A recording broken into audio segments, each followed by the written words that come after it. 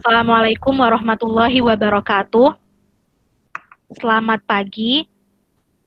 Kami dari kelompok 11 akan mempresentasikan pembahasan soal untuk statistika matematika 2 dengan materi uji Chi-square. Berikut adalah anggota dari kelompok 11.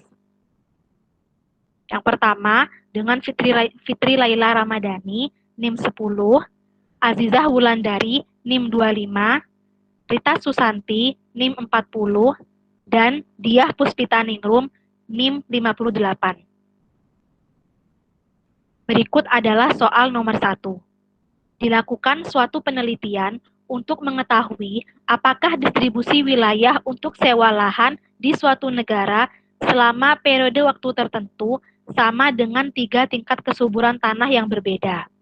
Penelitian ini dilakukan di Audubon County, Iowa, memberikan hasil sebagai berikut.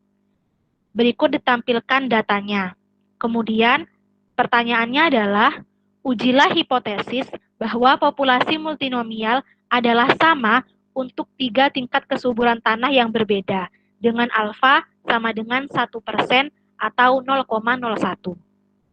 Pembahasan soal berikut akan dijelaskan oleh Fitri. Dari soal pertama, diperoleh hipotesis. H0-nya tidak ada perbedaan distribusi wilayah untuk sewa lahan dengan 3 tingkat kesuburan tanah yang berbeda.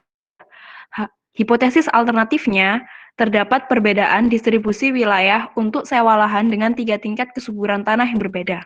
Daerah kritis, tolak H0 jika Chi-square hitung lebih besar dari Chi-square 1 min alfa dengan derajat bebas R-1, C-1.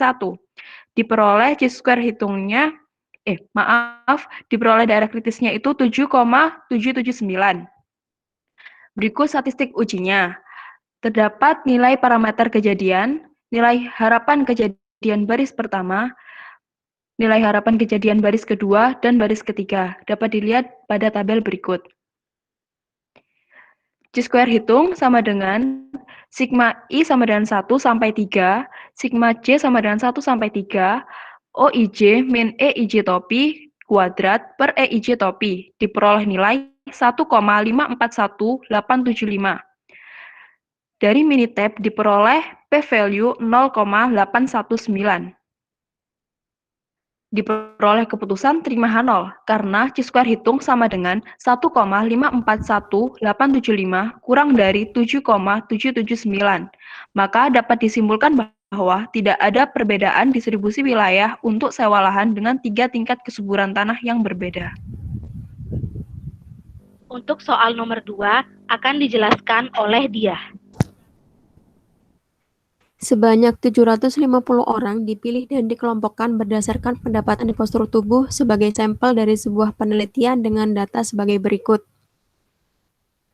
Kemudian pertanyaannya adalah, ujilah hipotesis bahwa kedua faktor tersebut saling bebas dengan alfa 1% atau 0,01.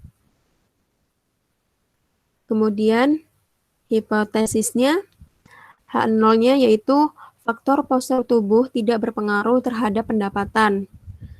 Hipotesis alternatifnya, faktor postur tubuh berpengaruh terhadap pendapatan. Daerah kritisnya, tolak H0 jika Chi-square hitung lebih besar dari Chi-square 1 min alfa, R-1, C-1. Didapatkan daerah kritisnya yaitu sebesar 7,779. Pembahasan selanjutnya akan dijelaskan oleh Azizah. Berdasarkan soal tersebut diperoleh nilai statistik uji sebagai berikut. Nilai parameter kejadian, terdapat 3 nilai parameter kejadian, yaitu P1 topi, P2 topi, dan P3 topi. P1 topi diperoleh dari jumlah total kolom pertama dibagi N total, begitu seterusnya sampai P3 topi. Untuk nilai harapan kejadian, tiap-tiap baris diperoleh berdasarkan EIJ topi sama dengan NI dot dikali PJ topi. Next. Perhitungnya diperoleh dari sigma I1 sampai 3, sigma J1 sampai 3, OIJ min EIJ topi kuadrat dibagi EIJ topi. Diperoleh hasil 125,695526. Dengan menggunakan Minitab diperoleh nilai p-value sama dengan 0,000.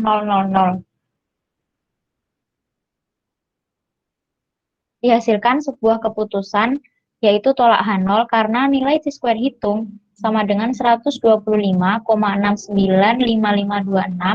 lebih besar dari 7,779 atau dengan melihat nilai p-value-nya tadi sebesar 0,000 kurang dari nilai alfa 0,01 sehingga keputusannya tolak H0. Diperoleh kesimpulan bahwa faktor postur tubuh berpengaruh terhadap pendapatan. Berikut, mohon maaf, sekian adalah presentasi dari kelompok 11. Terima kasih atas perhatiannya. Kami mohon maaf jika ada kekurangan dan ada kata-kata yang salah.